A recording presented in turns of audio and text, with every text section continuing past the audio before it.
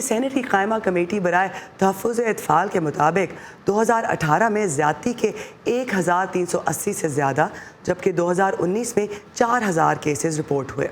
ان میں سے 2403 کا تعلق پنجاب سے تھا۔ بچوں کے حقوق کے لیے کام کرنے والی تنظیم ساحل کے اعداد و شمار کے مطابق سرکاری اعداد و شمار حقیقی اعداد و شمار سے بہت کم ہے اور سن 2018 میں روزانہ کم از کم 10 بچے زیادتی کا نشانہ بنے اور اس سال اغوا ہونے والے بچوں کی کم از کم تعداد 1064 تھی۔ ساحل کے مطابق 2018 میں بچوں کے ساتھ زیادتی کے 3880 سے زیادہ کیسز سامنے آئے، جن میں 55% لڑکیاں اور 45% لڑکے شامل ہیں۔ رپورٹ کے مطابق بچوں سے زیادتی کرنے والے لوگ زیادہ تر بچوں کے جاننے والے ہی ہوتے ہیں، جن میں پڑوسی اور دکاندار بھی شامل ہیں۔ انہی واقعات کی روک تھام کے لیے قومی اسمبلی نے زینب الرٹ نامی بل منظور کیا ہے، جو منظوری کے لیے قومی اسمبلی سے منظوری کے بعد اب سینٹ میں جائے گا۔ ہمارے ساتھ اسٹوڈیو میں موجود ہے فائزہ بخاری۔ فائزہ، یہ الرٹ کس طرح کام کرے گا؟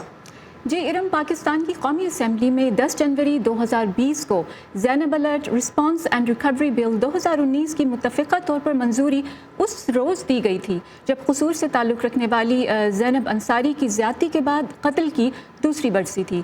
اس بل کے اہم نکات یہ ہیں: نمبر 1، پولیس کو پابند کیا گیا ہے کہ کسی بچے کی گمشدگی یا اغوا کے واقعے کی رپورٹ درج ہونے کے 2 گھنٹوں کے اندر اس پر کارروائی عمل میں لائی جائے، لیکن اگر پولیس قانونی تقاضوں کے مطابق اس رپورٹ پر عمل درآمد نہ کرے تو اسے قابل سزا جرم تصور کیا جائے گا۔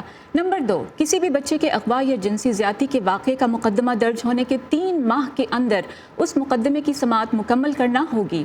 نمبر 3، اور بچوں کے خلاف جنسی زیادتی کے مرتکب ملزمان کو عمر قید یا کم سے کم 10 سال قید کی سزا دی جائے گی۔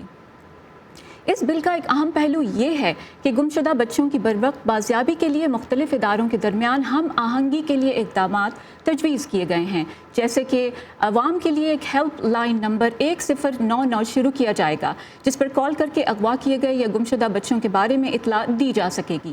اور اس کے علاوہ کسی بچے کی گمشدگی کی اطلاع ملتے ہی وفاقی دارالحکومت اسلام آباد میں قانون نافذ کرنے والے اداروں اور عوام کو فوری الرٹ جاری کر دیے جائیں گے، جس میں گمشدہ بچے کی تفصیلات موجود ہوں گی۔